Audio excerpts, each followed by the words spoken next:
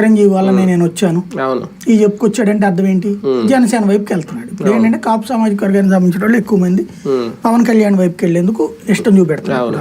ఆయన పేరేంటి, రోసయ్య ఆ మధ్యన వెళ్ళాడు కదా గుంటూరు, అదే పుల్లూరు ఎమ్మెల్యే కిలార్ రోసయ్య.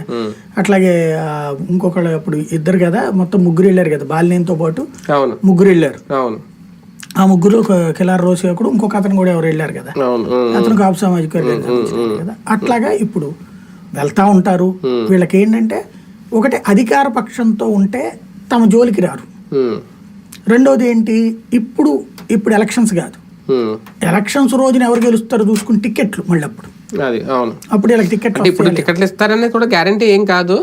కాకపోతే ఇప్పుడు షెల్టర్ స్పేస్ ఉంటది భవిష్యత్తులో జనసేనలోకి వెళ్తే. ఇదేం కాదు, షెల్టర్ అంతేనా, తమని తాము ఇబ్బంది పడకుండా చూసుకోవడం కోసం.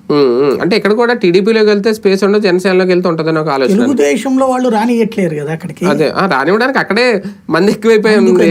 అందుకని జనసేనకి అయితే ఉంటది. ముందు అట్లా కావాలంటే ఫస్ట్ ఇట్లా బయటికి రావాలా, ఖర్చు పెట్టే లీడర్లు కావాలి వాళ్ళకి.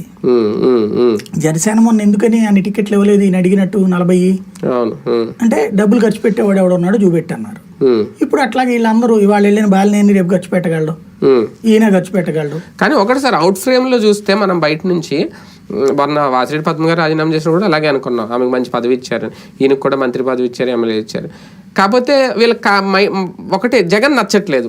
అంటే వీళ్ళకి జగన్ మీద కృతజ్ఞత లేదని మనం బయట నుంచి అనుకుంటున్నాం, కానీ లోపల ఇన్నర్గా చూస్తే వీళ్ళకి ఏమన్నా సరే నిజంగా ఆ ప్రాధాన్యత దక్కలేదా, నిజంగా ఆయన ఏమన్నా ఒక పదవి అంటే ఇస్తారు కానీ నియంతలా వ్యవహరిస్తారా లోపల అనేది నాకు అర్థం కాలేదు.